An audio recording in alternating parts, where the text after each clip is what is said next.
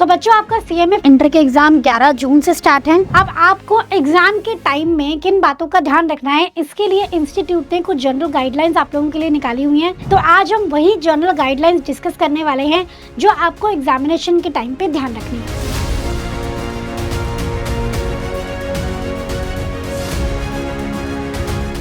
सबसे पहले आपको क्या करना है, जब आपको पेपर मिलेगा तो एक बार आपको पूरे क्वेश्चन पेपर को ध्यान से देखना है। Take a quick glance at the newspaper. Quick glance मतलब एक बार में एक नजर मारनी है आपको पूरे पेपर पे और आपको सेलेक्ट कर लेना है कौन कौन से क्वेश्चंस आप करने वाले हो, क्योंकि जो ऑप्शन में क्वेश्चन है वो आप छोड़ोगे, राइट। तो जो आपको ऑप्शन में क्वेश्चन छोड़ना है वो आप पहले डिसाइड कर लो, राइट। उसके बाद आपको ध्यान रखना है कि इजीएस्ट क्वेश्चन आपको सबसे पहले करना है। क्यों? ताकि सामने वाले पे एग्जामिनर पे इंप्रेशन अच्छा पड़े। अभी क्या होता है, बच्चों को ना बड़ा ही कंफ्यूजन होता है कि मैम जो कंपलसरी क्वेश्चन है अगर हमने वो नहीं किया तो क्या हमारा पेपर इनवैलिड हो जाएगा, डिस्क्वालीफाई हो जाएगा? नहीं, कंपलसरी क्वेश्चन का मतलब है कि ये चॉइस में नहीं है, ये आपको करना ही है।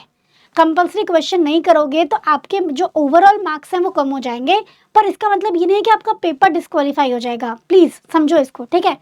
तो it is compulsory to answer the compulsory question. By not answering the compulsory question, your maximum marks will be limited to 80%. But answer paper आपका valid रहेगा, right?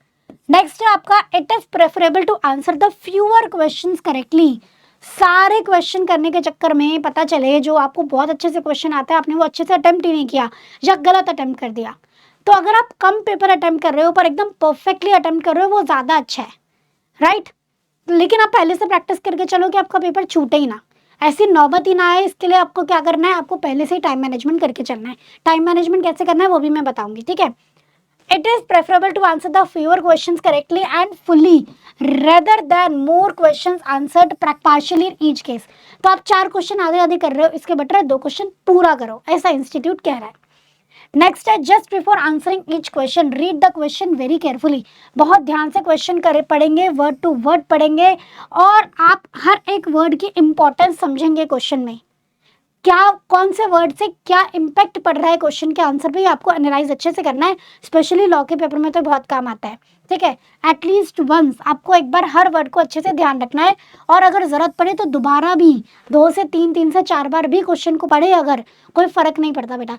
पूरे पेपर में 1 या 2 क्वेश्चन ही होंगे जो आपको ऐसी सिचुएशन पे लाके खड़ा करेंगे कि आपको बार बार उसको पढ़ना पड़ेगा, राइट। तो पढ़ेंगे अच्छे से आंसर करेंगे। स्पेशली न्यूमेरिकल में छोटे छोटे पॉइंट से पूरा आंसर चेंज हो जाता है, right.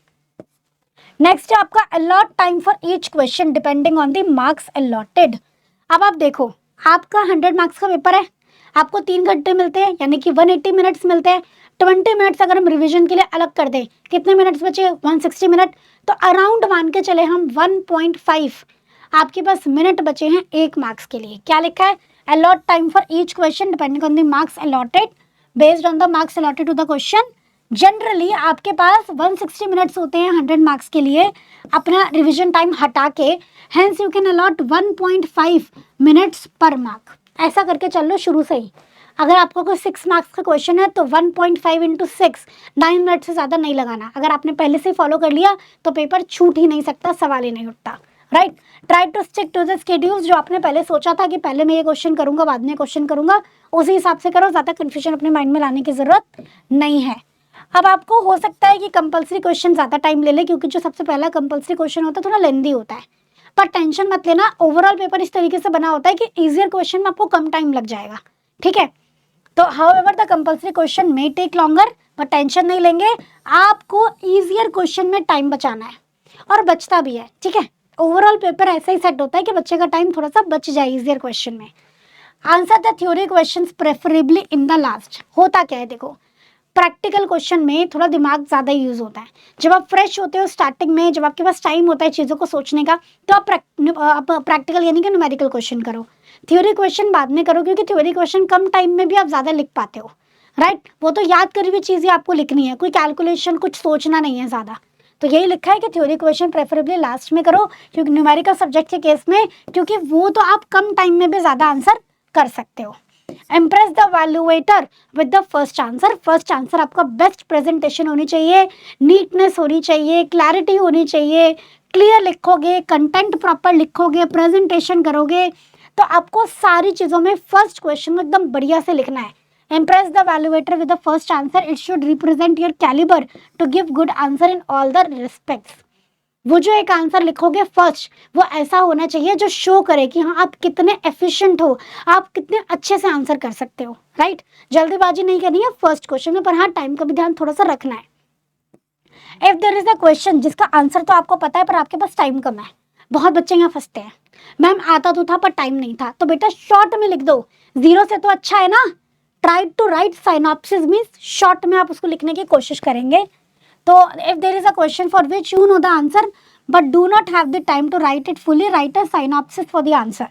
This should be done if required only at the end of the answer sheet. मतलब कहने का मतलब क्या है कि लास्ट क्वेश्चन में आपको ऐसा करना है, हर क्वेश्चन में नहीं करना है कि सब में सिनॉप्सिस लिख के बैठ जाओ, राइट। सिनॉप्सिस मतलब काइंड ऑफ अ समरी और अ चार्ट फॉर्म। तो अगर आपके पास टाइम कम है, क्वेश्चन आपको आता है, तो आप आंसर लिखो फटाफट फटाफट शॉर्ट में करके आप पूरा आंसर लिख दो, समझ रहे हो। तो ये सारी गाइडलाइंस फॉलो करो, आराम से आप अपना CMA का एग्जाम क्लियर कर पाओगे, कोई दिक्कत वाली बात आपको नहीं आएगी। तो ये थी आपके इंस्टीट्यूट की गाइडलाइंस। आई होप ये वीडियो आपको बहुत यूजफुल लगी होगी। फटाफट से आप वीडियो को लाइक कर देंगे, चैनल को सब्सक्राइब कर देंगे। आज की वीडियो में एंड करती हूँ बेटा, मिलते हैं नेक्स्ट वीडियो में। थैंक यू सो मच, जय श्री श्याम।